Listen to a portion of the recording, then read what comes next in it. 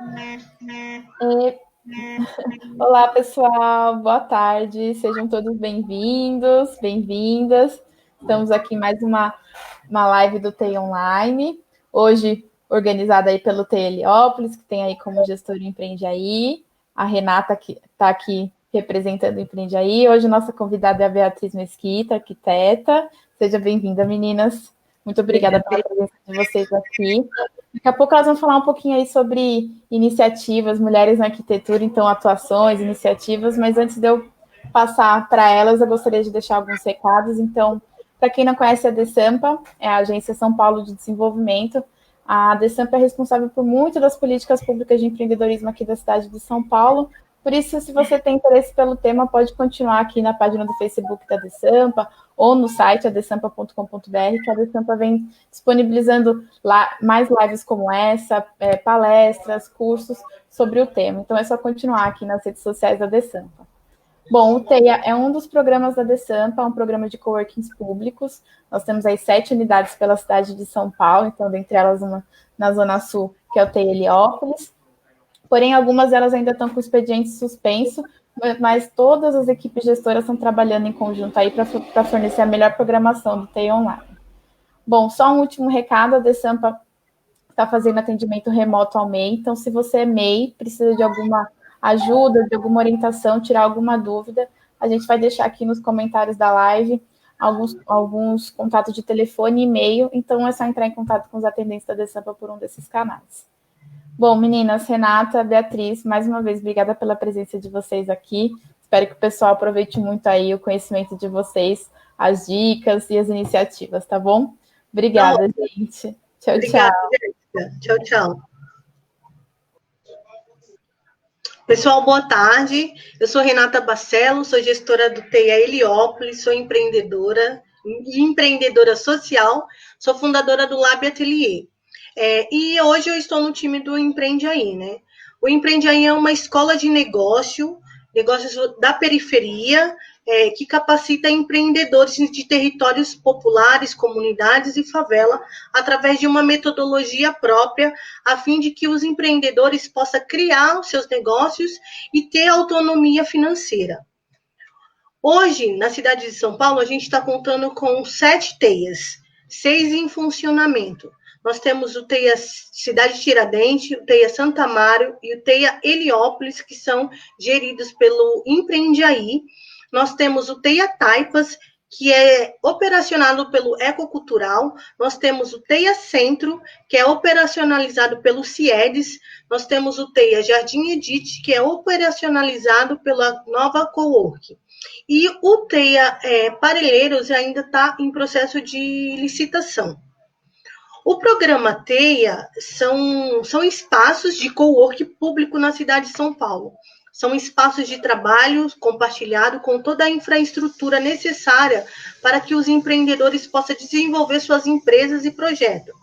Neste período, nós estamos atuando com TEIA online, com uma programação semanal com diversos temas. Então, assim, toda semana você vai encontrar um tema muito bacana para estar aí potencializando o seu empreendimento, né? E seja muito bem-vindo no nosso encontro de hoje. Hoje nosso bate-papo vai ser com a Beatriz Mesquita, arquiteta. Seja muito bem-vinda, viu, Beatriz? Obrigada, é um prazer estar aqui, Renata. Como eu comentei com você, o TEIA foi um campus lá no Anhangabaú que foi essencial. Eu sou a Beatriz, sou proprietária do escritório Arquitetura e Interiores, ou LUT, e foi um campus que abriu portas para a gente logo no começo, quando a gente começou no escritório. Nós não tínhamos dinheiro para pagar um espaço, para aluguel, essas coisas, para manter um escritório fixo. E o TEIA foi uma casa para a gente, então é uma honra estar aqui e ver o quanto isso cresceu para a gente, quanto foi essencial. Muito bacana, Bia. E assim, né? Ter esse feedback seu como uma das usuárias do TEIA, né? E como foi importante. Então, vou falar aqui um pouco da biografia da Bia. Beatriz Mesquita é graduada em Arquitetura e Urbanismo, com especialização em Gerenciamento de Obras e Qualidade na Construção Civil. É empreendedora, ativista, criativa e sonhadora.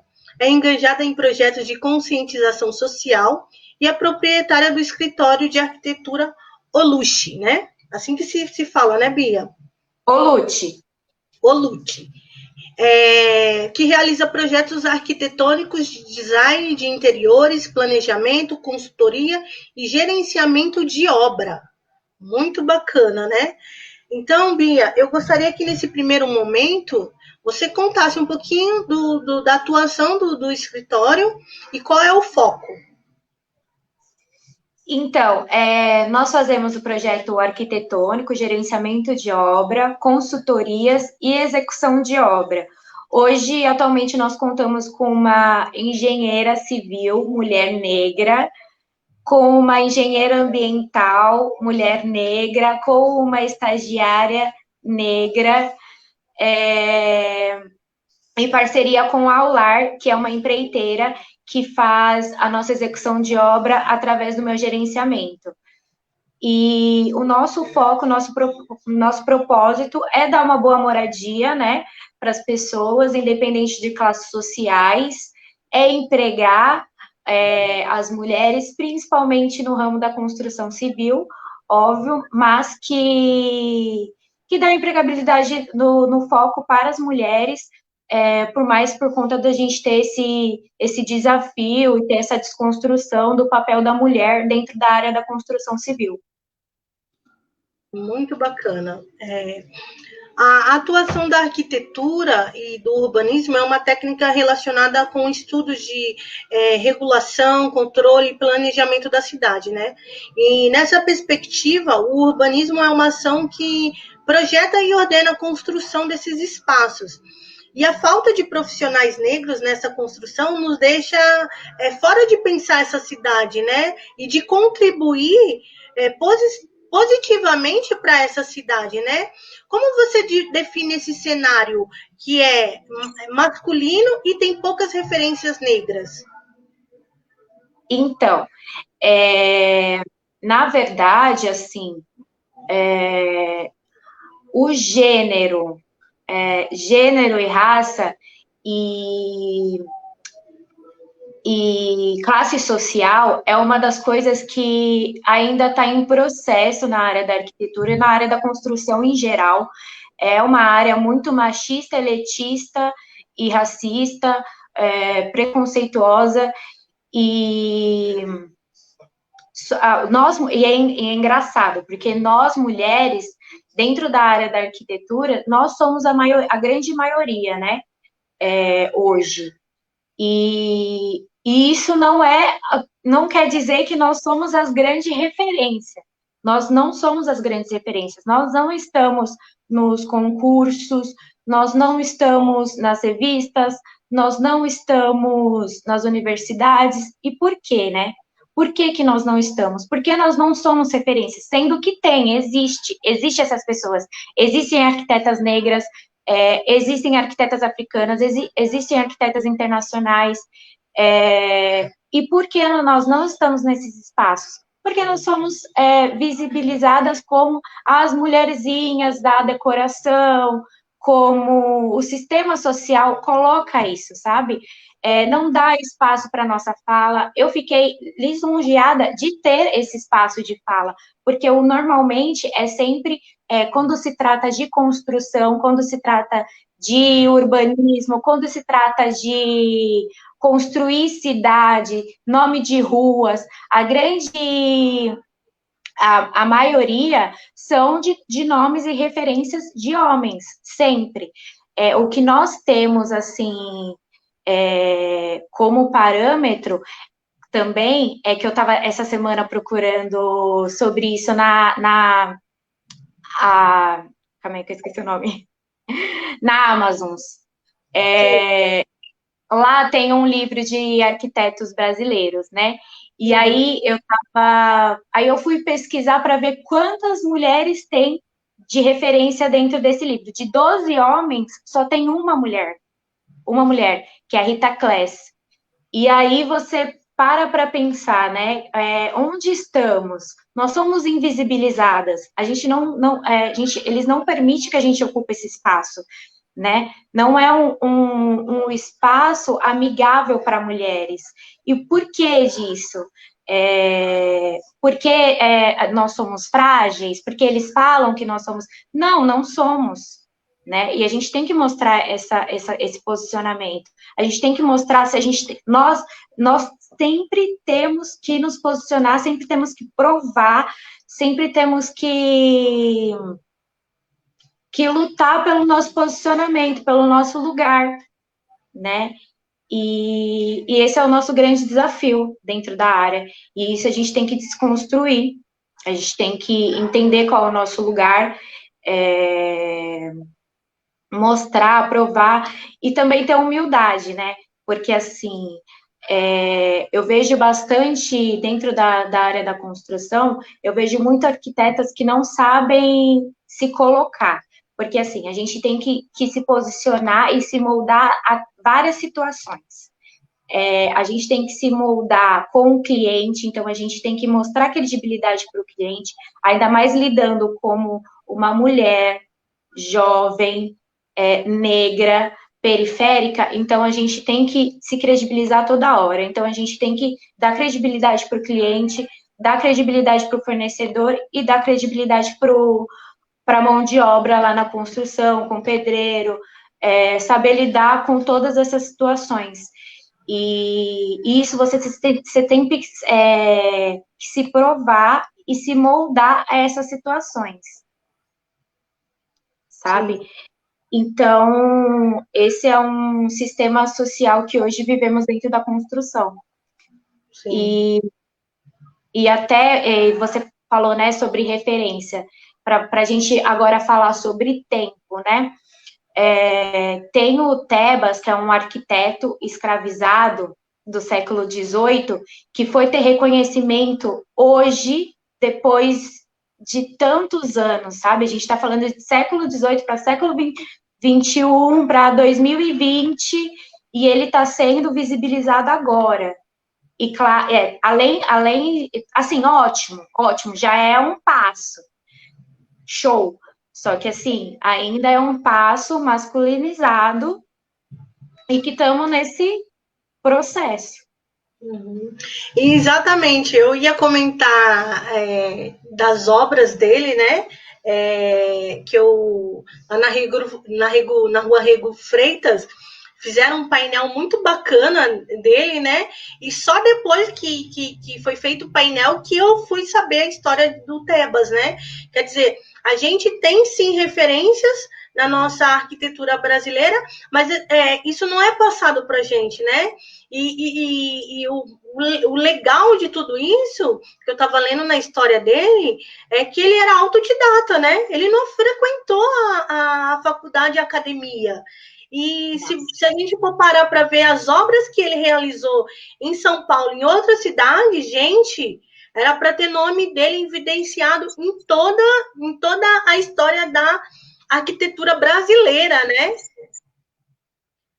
Uma das que ele participou, que é grande, né? A Catedral da Sé, por exemplo, e não teve visibilidade nenhuma, teve hoje, né? Que aí a gente foi cavucando para dar importância, para trazer quem são essas pessoas, por que não existem, né? E existem. Verdade. Aqui eu tenho um ponderamento que na arquitetura, nesse cenário, né, que não é muito diferente, sabemos que o Conselho de Arquitetura não possui um recorte racial e que impossibilita a construção de políticas públicas direcionadas a partir de dados sólidos, né? E partindo desse princípio, sabemos que a discriminação racial pode vir de qualquer lado, e a luta por igualdade se faz ainda mais necessária. A partir deste lugar, como entender o processo de empreender e inovar na arquitetura, Bia? O processo de entender, eu acho que é aquela fala, entender o seu inimigo, para falar a verdade, né? Entender todo esse sistema social, qual é a estratégia que você tem que tomar para enfrentar esse espaço, para você estar nesse espaço. Então, eu acho que é isso, saber se colocar, né, igual eu comentei, saber se colocar nesses lugares, como com cliente, como prestador de serviço, inovação, estar atualizado, né, se atualizar, como que está o sistema, como funciona de você ir na obra e ter que lidar com o mestre de obra, com o pedreiro, você saber se colocar, porque você tem que se moldar, infelizmente, infelizmente a gente vai fazendo aos poucos, né? Primeiro a gente chega lá, a gente está lá, tem um escritório de arquitetura, depois a gente vai desconstruindo outras coisas. Igual, um dos desafios também é você ter que saber que não pode ir com decote para obra, não pode, porque você vai sofrer abuso, você tá com cliente, você tem que estar portada, né? Ter esse estereótipo, você tem que estar bonita, tal. Então, é isso, é você entender o sistema onde você tem que enfrentar, tem que estar. Devemos também se reunir, se juntar, né, para fortalecer. Por exemplo, a gente sabe que o sistema é machista, é preconceituosa, então o que a gente pode fazer para se fortalecer? Né? E existem várias pessoas, existem vários negros arquitetos. Então, onde nós estamos? Nós não podemos se conformar só sendo estagiário, né? A gente não pode se conformar só com isso. Então, a gente se fortalecer, a gente entender as estratégias para andar, para fazer o mercado girar. Sim. Você teve uma experiência, além do empreendedorismo, de trabalhar com uma empresa, ou você, da sua formação, você já partiu para ser empreendedora? Não, eu estagiei 2 anos, fiquei 1 ano em escritórios diferentes, e depois que eu finalizei a faculdade, não, antes de ter finalizado a faculdade, eu fiz uma proposta para uma amiga minha que já era formada, da gente empreender e ter um escritório novo. Aí a gente fez esse levantamento, nós duas juntas, de todo esse processo que nós tínhamos que passar para o mercado de credibilidade por sermos mulheres, por sermos jovens e negras. Então a gente fez todo um estudo de mercado, de qual o cliente que a gente queria atingir, onde a gente queria chegar, qual era o nosso objetivo. E aí, depois que a gente entendeu tudo isso, estruturou tudo bonitinho, o nosso escritório, que a gente começou a caminhar. Aí, através do projeto social que nós montamos dentro dos céus, que era para focar de arquitetura, que era focado para mulheres que sofriam violência doméstica, que nós começamos a ter visibilidade. Aí a gente ganhou o concurso da Educa Afro de empreendedorismo social e começou a ocupar espaços importantes, fazer reunião, falar sobre o nosso trabalho, e que a gente conseguiu passar essa credibilidade do nosso conhecimento, né? A gente sempre tem que se provar, mostrar quem somos. Eu acho muito importante isso. Até porque esse foi um crescimento muito rápido, assim, esse posicionamento. A gente teve que até se masculinizar um pouquinho para a gente, um pouquinho não, bastante, para a gente passar essa credibilidade para as pessoas, sabe? Porque senão a gente ia ser sempre como as coitadinhas, as sociais e pronto. E não, a gente queria muito mais do que isso. Sim, sim. Nossa, eu fico pensando, né? Porque se já tem se você pensar desde a graduação,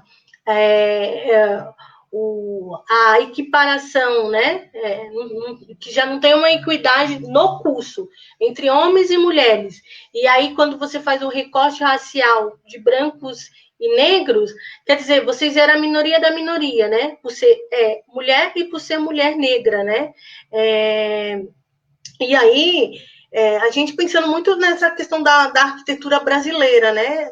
Aqui do nosso país, e essa referência de ser mulher negra e não ter referências africanas, e provavelmente o quadro de professores negros também, com certeza, acompanhou essa falta de representatividade, né?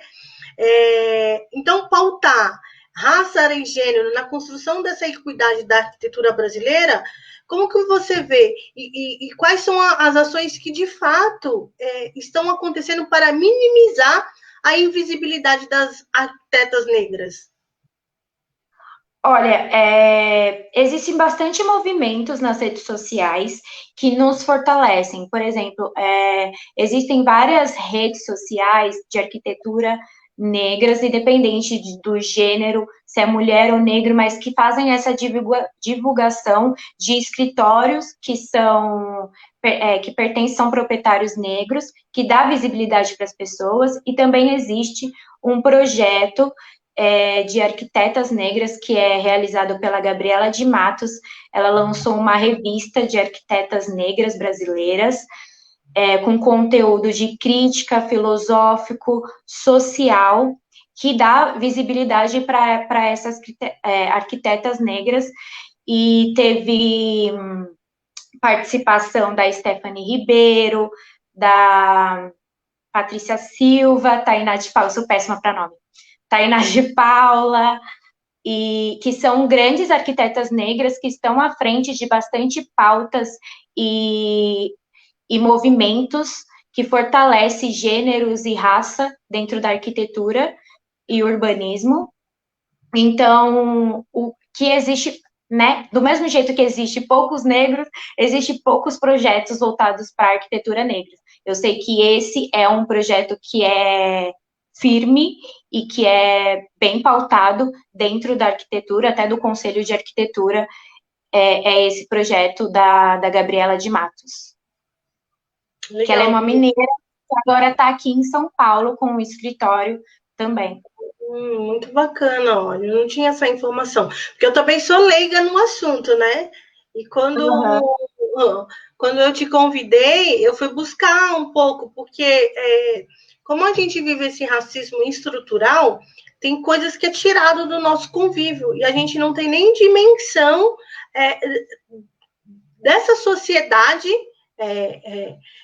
na construção dessa sociedade, e como que você pode estar fazendo parte de toda essa construção, né? Então, quer dizer, foram coisas que foram negadas nesse processo, e que hoje, igual você pontuou que a Gabriela de Matos tem esse projeto. Daí eu fui buscar e vi que essa iniciativa que ela buscou para encontrar, catalogar, divulgar, potencializar o trabalho de mulheres negras na área da arquitetura e na área também do design, fazer esse mapeamento, né? Então, o projeto possibilitou a criação de uma revista para estar falando dessa atuação e essa produção de conteúdo, né? Então, como isso é válido, né? E como isso, se a gente for pegar o fim da abolição, a gente tem 130 anos, como a gente ainda está engateando em alguns processos, né? Quer dizer, você tem uma graduação, mas que, enquanto estudante, principalmente mulher e negra, ou população negra, você tem que fazer os seus referenciais, né? Porque a própria academia não te possibilita essas referências, né? Então, olha só. Exatamente, eles nem trazem referência negra, referência africana, eles nem sabem, o professor não sabe. Ele não sabe. Se eu fazer assim, ó, professor, me fala um arquiteto negro que fez uma obra grande e foi nomeado. Ele vai olhar para minha cara e falar, Bia, realmente. Sabe? E isso é muito triste. Isso é muito triste. Existe um projeto também, que é Arquitetura na Periferia. É uma turma de arquitetos que ensinam as mulheres a construírem as próprias casas. E aí, eu estava pensando, né?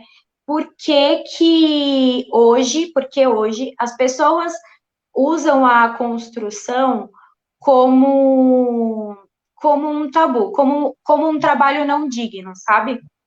Por que que o sistema social criou isso? Aqui a construção não é digna, porque uma mulher, ela não pode ter a possibilidade de querer ser pedreira, de querer ser um mestre de obra, porque ela é frágil. Por quê? Por que não?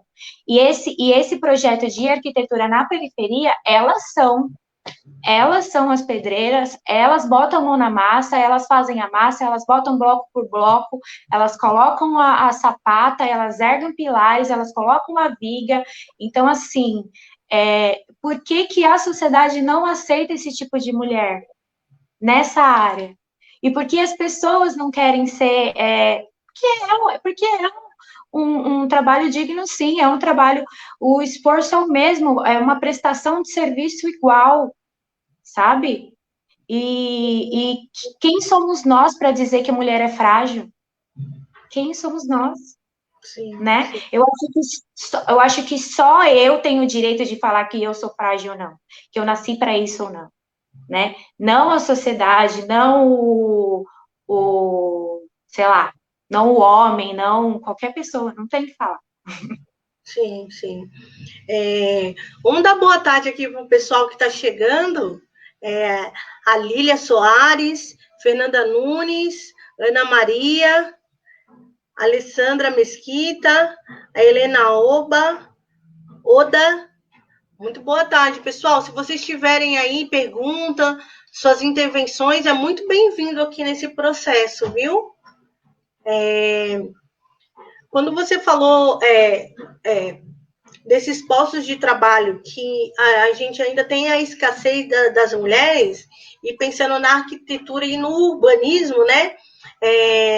A gente tem uma construção de uma cidade e a participação da mulher é negada, né? Porque o que a gente vê é essa negação.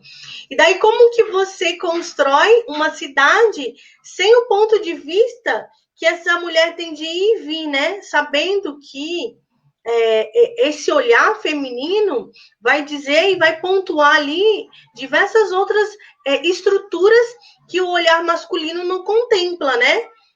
De você pensar a mobilidade social do ir e vir. Quer dizer, a mulher, para sair, ela tem que pensar, eu passo na creche, eu passo no mercado, eu tenho que parar numa farmácia, como que é essa mobilidade? Quer dizer, na cabeça dela, o desenho se dá de um jeito. E na cabeça masculina, o desenho vai se dar de outro jeito, porque muitas vezes esse homem não vai estar fazendo essas tarefas. Então, para ele construir essas vias, é como se fosse uniforme. Não tem essas paradinhas, né? Olha como é complexo tudo isso, você pensar na questão da arquitetura e do urbanismo para uma cidade, né? Sim, e isso são coisas que nós não cobramos, né, na verdade, do homem.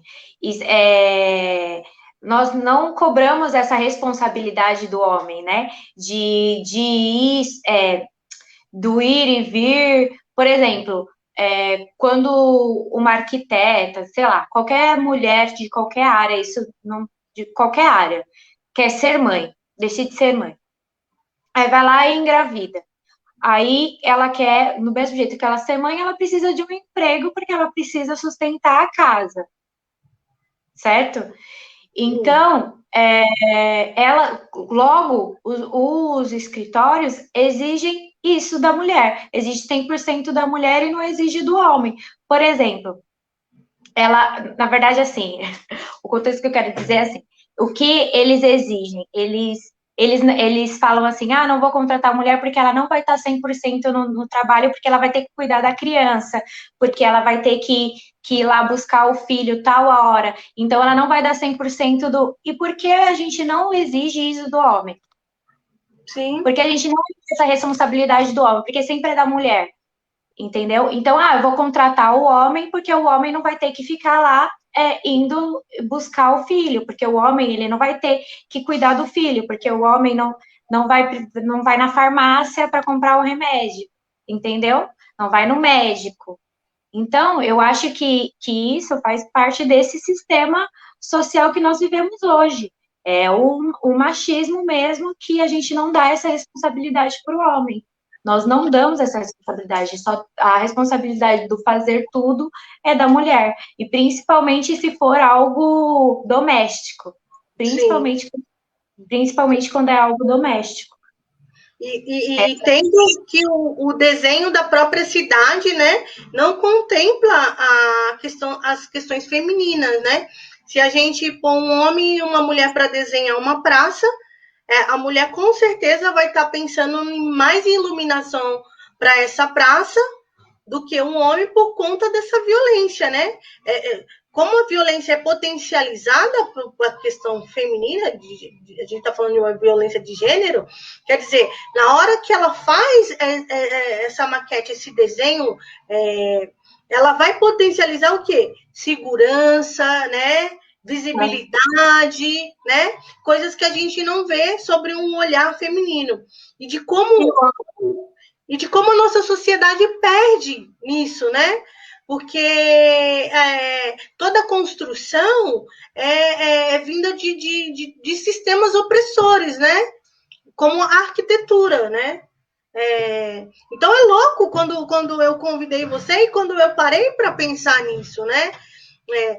Agora você traz essa coisa da obra, né?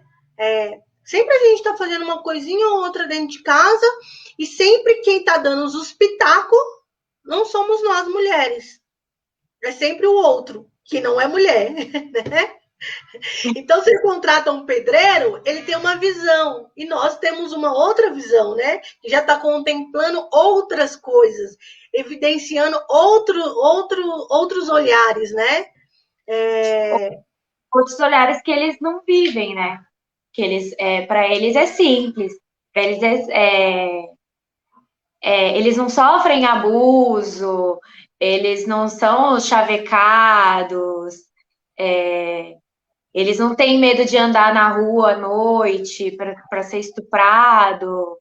Então, são outros olhares, e a gente toma conta disso, né? A gente faz todo o planejamento, a gente tem medo de andar na rua, dentro de casa, por exemplo, se eu fosse fazer alguma coisa dentro de casa, se eu chamasse qualquer outra pessoa, a pessoa não podia nem exercer a função de construção, mas só dele ter o papel masculino, ele tem a maior voz do que eu, que estou na profissão, que estudei, que estou 10 anos exercendo a profissão.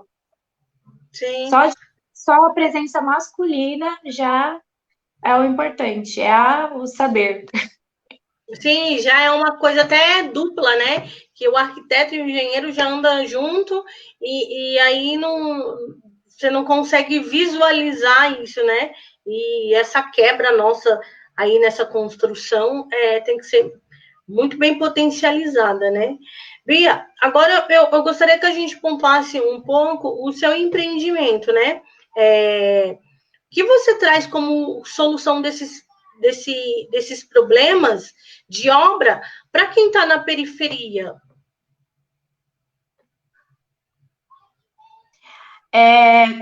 Primeiro é minimizar a autoconstrução. Eu acho que planejamento é tudo, né? Planejamento, organização, e diminuir a autoconstrução, porque a autoconstrução, o problema da autoconstrução é o seguinte, não é totalmente ruim quando a gente se fala de periferia, né, por conta financeira, mas a partir do momento que você faz um planejamento, o arquiteto ele já tem essa função de conseguir agregar o seu valor com a obra. Ele já tem que... Um minuto, só vou conectar aqui, está acabando minha bateria. Sim.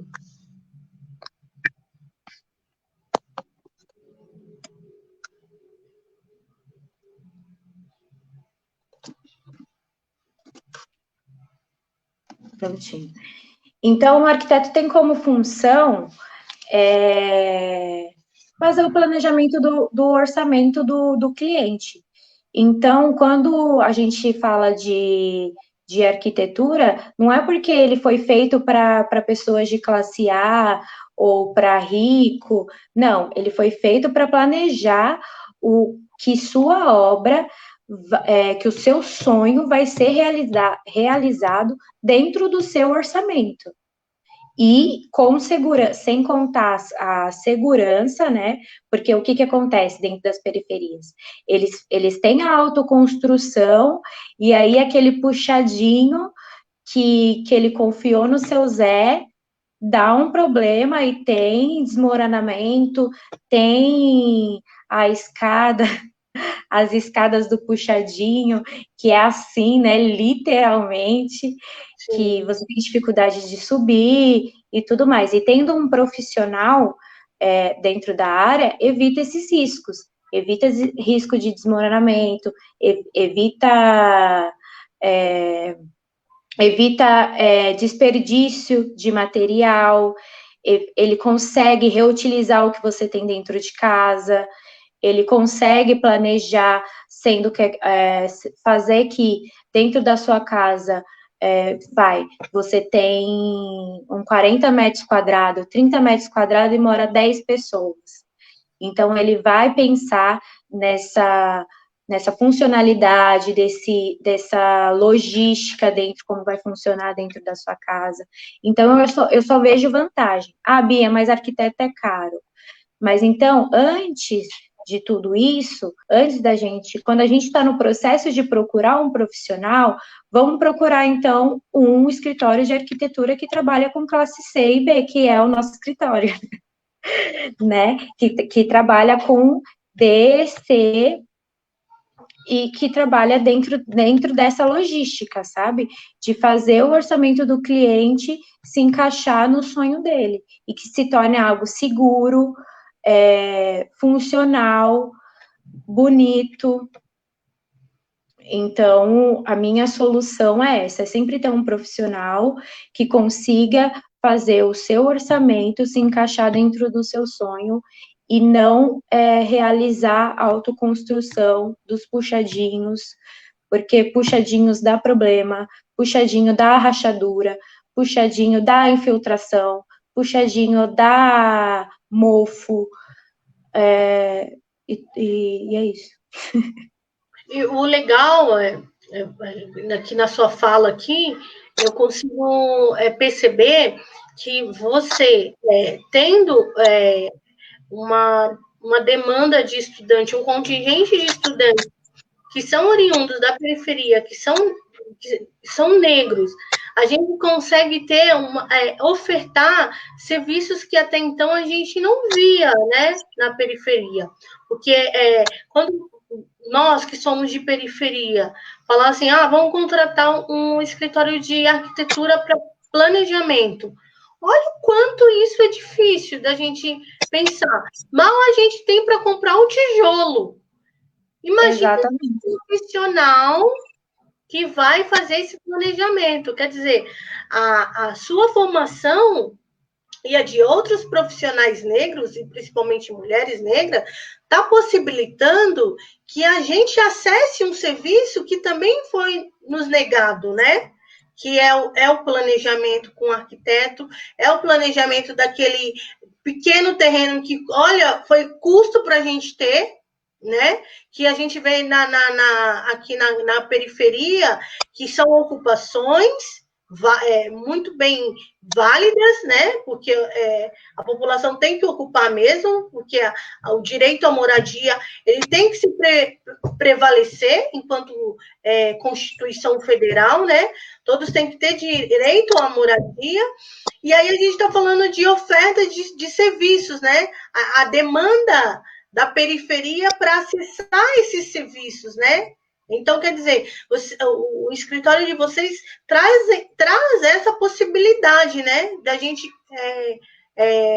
ter uma oferta de serviço e garantia para minimizar aí custos, né? Porque às vezes compra demais, compra sem saber, o pedreiro fez a soma errada, e aí, quer dizer, uma obra que era para ser feita em questão de tempos e valores, ela dá uma dor de cabeça muito grande, né?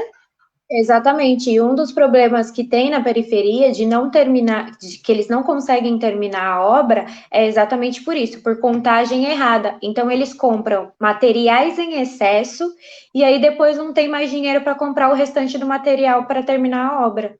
E aí você tendo um profissional para já adiantar o tanto que você vai gastar de cada coisa, você já consegue se programar financeiramente para ter aquele dinheiro. E a garantia, igual você falou, e ter a garantia de aquilo vai até o final e você vai conseguir finalizar sua obra. Então, esses são processos que acontecem muito quando as pessoas estão fazendo obra.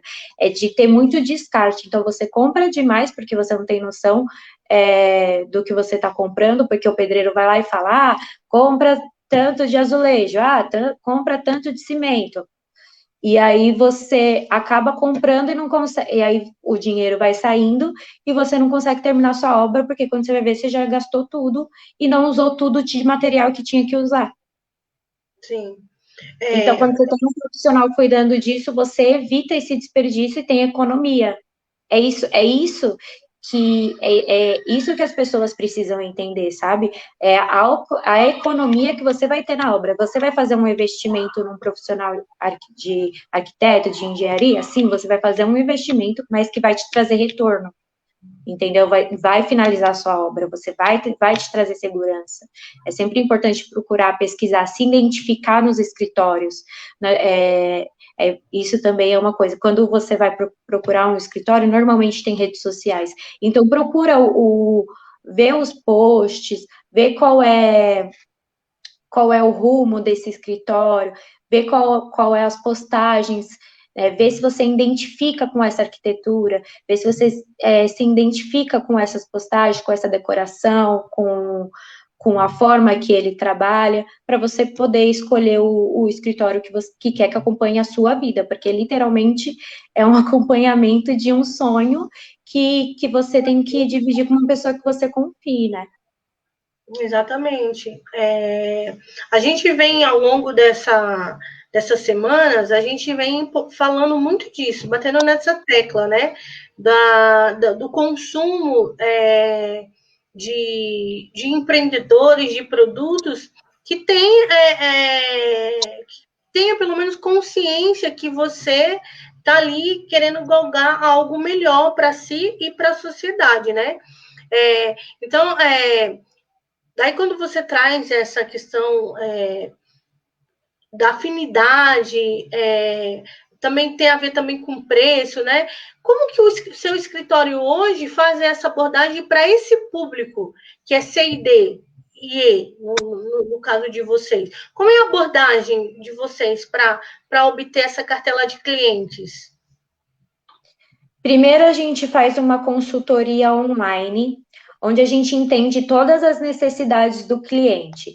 Então, a gente quer entender o que o cliente quer, né? Qual o serviço que ele precisa. A gente também precisa entender o quanto de valor que ele tem para investir nessa construção. Isso é muito importante. Às vezes a pessoa não tem noção. Por exemplo, ela quer construir uma casa do zero de 50 metros quadrados. E aí ela acha que ela vai gastar 5 mil reais. entendeu? Então, a gente precisa ter essa noção e a gente passa essa verdade para o cliente, a gente mostra essa verdade para o cliente, o tanto que ele vai gastar. Então, é essa a nossa abordagem, é explicar, ser claro, ser transparente com o cliente, para a gente entender, para ajudar, para eles nos ajudar e ajudar ele, entendeu? Então, primeiro a gente faz isso, faz essa consultoria, depois faz esse primeiro atendimento, depois dessa consultoria que a gente faz com ele, a gente consegue bolar um orçamento, a gente bola um 3D de necessidade para ele e entrega, e aí a gente faz uma planilha de tudo que ele vai gastar, de obra, de material, de mão de obra, de material, de decoração. A gente manda mesmo uma planilha certinho, todo passo a passo, cronograma, valores, para o cliente saber o que ele está gastando, o que ele vai, como que ele vai investir, forma de pagamento. Também existem vários créditos, tipo Sicredi, Construcard, que também facilita pessoas de classe D e C a realizar a sua obra, que te dá como serviço para você comprar material de construção, para essas coisas. Ah, bem bacana, viu? Eu acho que é isso que é... Oi? A gente apresenta tudo isso para o cliente, a gente dá meios para o cliente conseguir construir e finalizar a sua obra, para ser do começo ao fim, sabe? Para não ficar essa coisa de fazer pouquinhos e pouquinhos e pouquinhos e pouquinhos e pouquinhos. Sim, sim. E para ele que vai estar fazendo a compra desse serviço, para ele talvez o desenho fica mais claro também, né? Porque é isso. Ele vai ter que ter clareza do que ele quer, né? E de como se planejar. E aí, justamente, o trabalho de vocês vem para sanar essas dificuldades, né? Bia, a gente tem aqui uma intervenção do Luiz Otávio. Não sei se você está visualizando aqui, eu vou ler ela. Não consigo. Não consigo? Então tá bom, eu vou ler aqui, ó. Luiz Otávio de Alencar. Ocupar a cidade, ocupar os espaços, sabendo que a cidade foi construída para estabelecer o distanciamento entre o centro e a periferia, entre o preto e o branco, entre serviços e a falta de serviços. É possível pensar a ocupação desses espaços sem considerar o engajamento político? Enquanto a arquiteta negra, profissional, com mais de 10 anos de experiência, qual é o recado para o jovem que quer empreender e que quer construir uma cidade para todos? Então, são duas perguntinhas aí numa só. Bom, começando sobre a segregação, né? Agora eu consigo, agora apareceu aqui para mim. Começando sobre a segregação, né? E a segregação foi feita pelo sistema social de segregar, espacializar a periferia, sempre se a periferia está mais longe, é melhor do que estar mais perto, centralizada, estar ocupando espaços de importância. Então, já começa por aí. Aí a segunda pergunta é possível pensar a ocupação desses espaços sem considerar o engajamento político?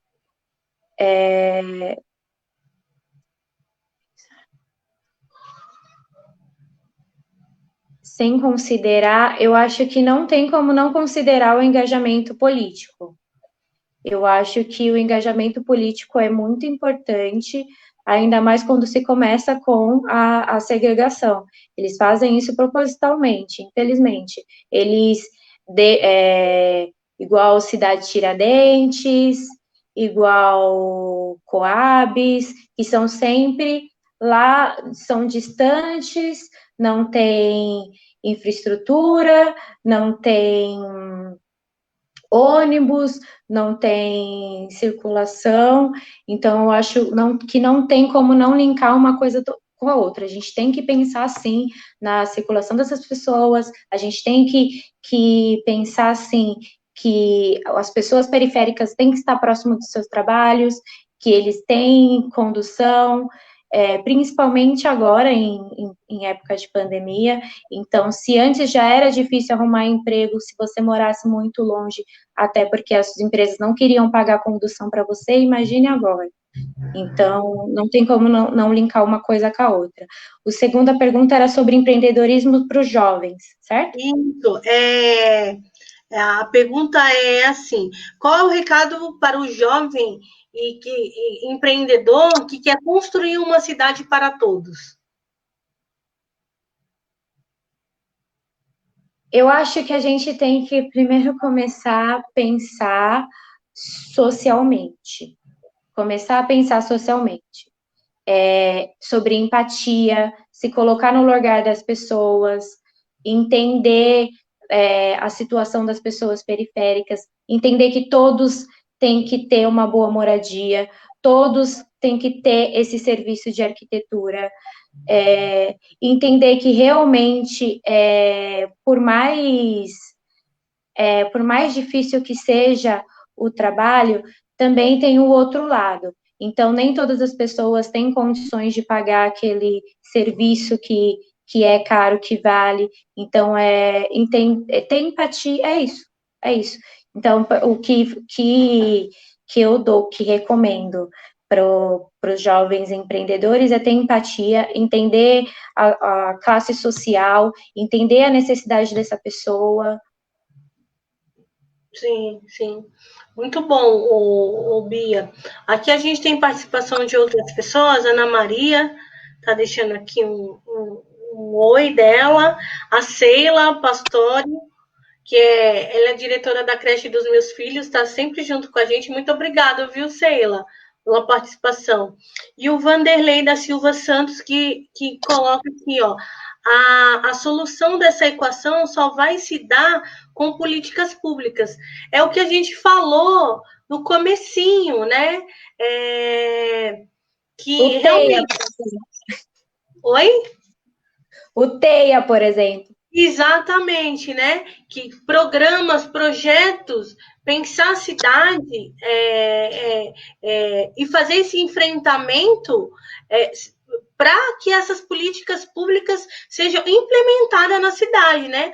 Que a cidade seja planejada pelo olhar daquele que está na periferia, daquela que é mulher, daquela que atravessa a cidade, né? Como é sair da Zona Sul para trabalhar no centro? Como é sair da Zona Leste para chegar na Zona Oeste, né?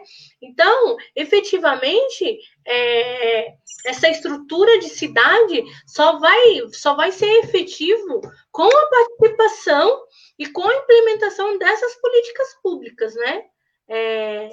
Se a gente pensar algo de transformador, esse o caminho que a gente está encontrando, né? O pensar em todos.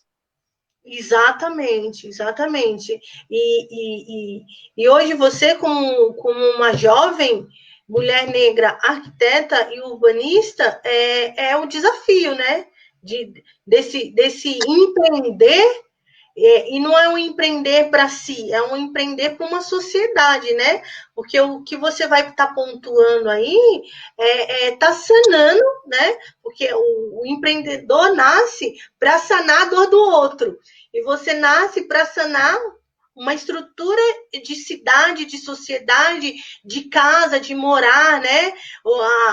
A questão de você ter um lar, do seu lar ter um conforto de você chegar depois de um dia de trabalho, você ter um lugar que é seu, né? Que tem as suas coisas, que você está potencializando ali uma luz, uma janela, um vento, um piso, né? Um banheiro melhor. Então, a gente está ainda falando de coisas muito básicas, né? A gente nem chegou no ponto de falar de designs ainda. A gente está falando de coisas bem básicas, de moradia mesmo, né? Moradia, tem gente que não tem moradia.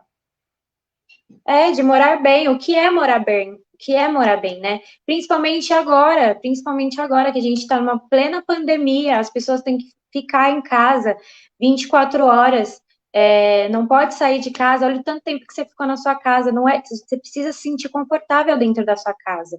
Você precisa, nós precisamos dessa energia, né? Porque aí você chega do trabalho, chega cansado e ainda tem um espaço que você não consegue descansar, que você não consegue deitar a cabeça no travesseiro. Exatamente isso. E o mais doido agora que a gente já está chegando no final da nossa live, e também entender agora que a gente está vivendo esse processo novo, né, de pandemia. Quer dizer, a gente está numa situação de isolamento social e dentro das nossas casas. Quer dizer, a gente está praticamente 6 meses com o isolamento, né? E aí a gente está com esse contato, porque uma coisa é você sair de manhã e chegar à noite e você não ter tempo. Hoje, quer dizer, a grande maioria está com esse olhar para a sua casa, né? E quer potenciar essa melhora, né? Sim, total. E quer ter o seu sofá, quer sentar, quer assistir sua TV, quer descansar. E todo mundo merece isso, todo mundo. Não tem que ser porque é rico, porque é pobre, porque. Não, todo mundo merece, todo ser humano merece isso. E a gente tem que se colocar no lugar dessa pessoa, sabe? Tem que colocar porque. Posso falar? Pode falar. E a gente tem que se colocar no lugar dessa pessoa, a gente tem que produzir esse espaço para as pessoas e as pessoas entenderem a importância disso. Muito bacana. Bia, a gente já está chegando aqui há pouco tempo. Eu vou disponibilizar aqui as suas redes sociais. Eu acho esse momento muito importante de troca, né? E de você estar interagindo com o pessoal aqui da página da AD Sampa, o pessoal que nos acompanhou desde o momento que a gente iniciou a live até agora. Para que a gente venha trocando mesmo essas figurinhas e encontrando essas possibilidades. E que essas possibilidades sejam acessíveis, né? Porque a gente está falando disso, de uma cidade, uma casa, uma moradia digna e que seja acessível. Acho que o Vanderlei fez uma ponderação aqui, ó. Vou pôr ela agora, que é bem bacana, ó. Essa política pública passa por uma mudança de consciência de mercado muito estruturada. O mercado de empreendimentos imobiliários ainda vende a exclusividade. Aí, deixa eu baixar aqui para continuar lendo. Exclusividade que poucos podem ter, né? Então, a gente está falando disso mesmo, de vencer esses mecanismos que é exclusivo para uma classe social e que a outra, em sua grande maioria, a gente está falando, né, ainda está marginalizado nessas periferias, nas grandes periferias do Brasil, né? E como a gente vence toda essa engrenagem, todo esse processo que, infelizmente, o Brasil é um processo histórico de brutalidade, né? Que a gente teve escravidão, pós-escravidão, e ainda a gente está vivenciando muito uma sociedade com um pensamento conservador, né? Então, como que a gente vence tudo isso, né? Eu queria que você falasse agora as suas considerações finais, e desde já eu já vou agradecendo a sua participação aqui. Nossa, foi incrível a nossa tarde. E passa com um piscar de olhos, né? O bate-papo, a gente teria tanto outras coisas para pontuar, mas infelizmente é isso. São várias abordagens, né? Uma coisinha que vai puxando a outra, que vai puxando a outra, e a gente passaria aqui horas conversando mesmo. Mas é isso, eu que agradeço. Como eu falei, foi de grande importância ter esse espaço de voz, até porque normalmente uma ocupação sempre masculina e nunca feminina, então é muito importante a gente ter uma representatividade como uma voz feminina, jovem, negra na área da construção civil. Bia, olha, foi um imenso prazer ter. Eu acho que você trouxe aí luz sobre algo que a gente não tinha pensado nessa construção. Mais uma vez eu vou agradecer aqui todos que estiveram com a gente desde o começo da nossa live. E é importante falar que a live ela fica gravada, sabe? Para que a gente possa rever, possa publicar, compartilhar entre os nossos, né? Que é muito importante a gente levar essa mensagem e que a gente vai estar aí toda semana, durante toda a semana, a gente tem uma programação diversa e que vem pontuando cada dia um tema para que esse empreendedor possa, de fato, ter aí caminhos e alternativas para essa sobrevivência de mercado, né? E para que a gente vença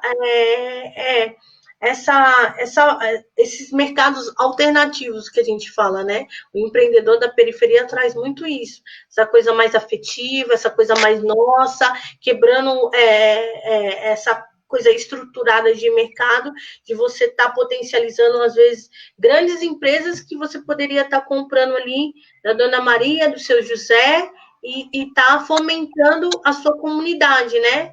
Tá potencializando essa comunidade, né?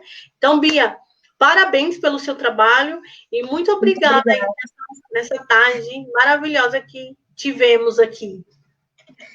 Obrigada, viu, Rê? Bom final de semana, gente. Brigadão. Tchau, tchau. Até a próxima. Sexta-feira, às 5 horas.